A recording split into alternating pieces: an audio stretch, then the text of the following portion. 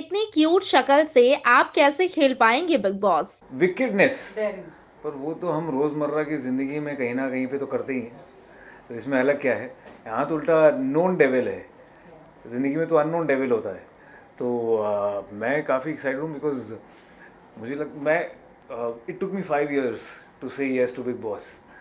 So and now when this was offered at the start and things didn't work out before this season, when they came back to me and I opened to it, I realized कि यार क्या कमाल का show है.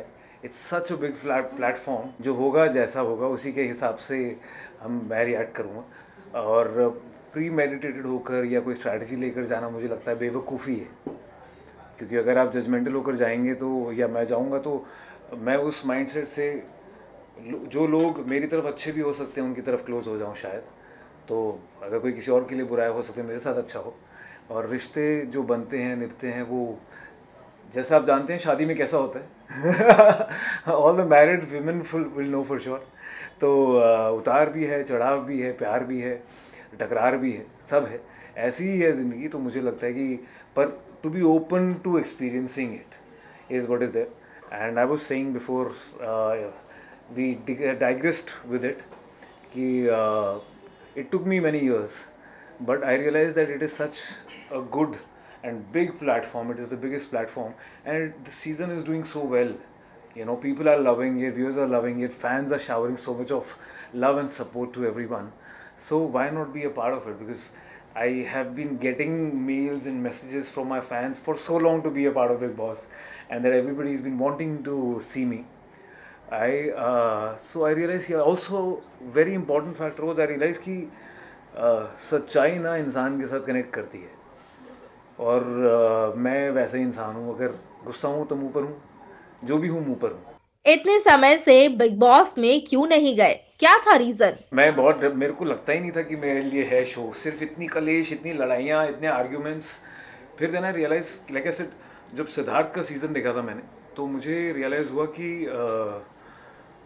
यार वो honesty से ना कनेक्शन ज़्यादा स्ट्रॉन्गर होता है. आप सही हैं, गलत हैं, अच्छे हैं, बुरे हैं, गुस्सा हैं, स्ट्रैटेजाइज कर रहे हैं, बट आप सच्चे हैं ना, तो आपके कनेक्ट ऑडियंस के साथ होगा ही होगा. और मुझे लगता है कि वही सीक्रेट है इस बड़े से शो को और प्लेटफॉर्म को जीतने का. तभी मैं, अगर मेरी ये समझ नहीं होती तो मैं कभी वाइल्ड कार्ड के लिए ओपन नहीं होता. And that's why I believe I have the option and opportunity to create a history in Big Boss House, to go there as a wildcard contestant and win it with all of your support and love. Big boss में अभी तक सबसे अच्छा game कौन खेल रहा है?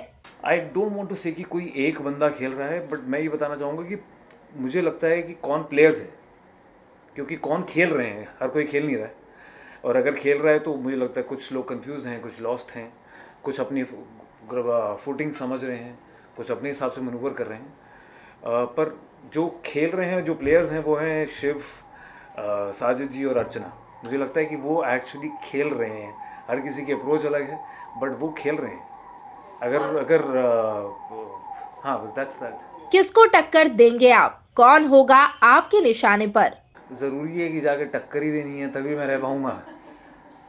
बताइए. मैं यही तो बोल रहा हूँ कि पहले मुझे लगता था कि सिर्फ लड़ाइयाँ और कलेश और हर चीज़ में है. और मुझे यही चीज़ से लगता है कि ये गलत अप्रोच है. Just as a human being, हम कभी भी अगर लगता है सही है तो सबसे पहले रिएक्शन गुस्से का आ जाता है. तो ज़रूरी है कि सिर्फ गुस्से से ही चीख कर ही अगर मैं बोलूँ तो मैं सही हूँ? अगर मैं इज़्ज़त रिस्पेक्टफुली अप्रोच करके समझा सकता हूँ, समझ सकता हूँ, तो क्यों नहीं? शुरुआत तो उससे कर सकते हैं ना.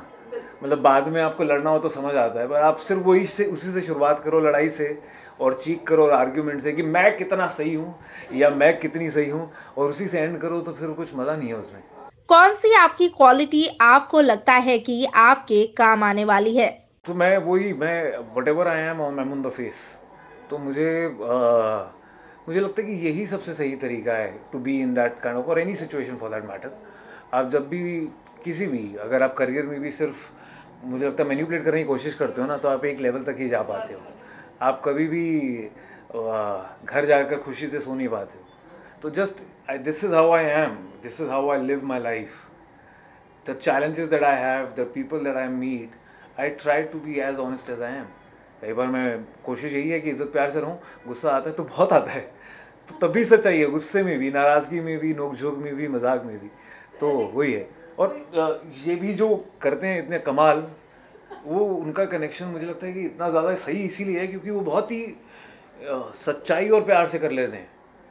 उनको पता है कि कभी मतलब जो डायरेक्शन वो दे देते हैं, जो समझा वो देते हैं, कभी वो फादरली फिगर समझा देते हैं, कभी एज अ ब्रदर, कभी एज अ फ्रेंड, कभी as a big well wisher, और कभी एज अ पर्सनैलिटी जिसको वो स्टैंड है, जिसकी बातें लोग सुने।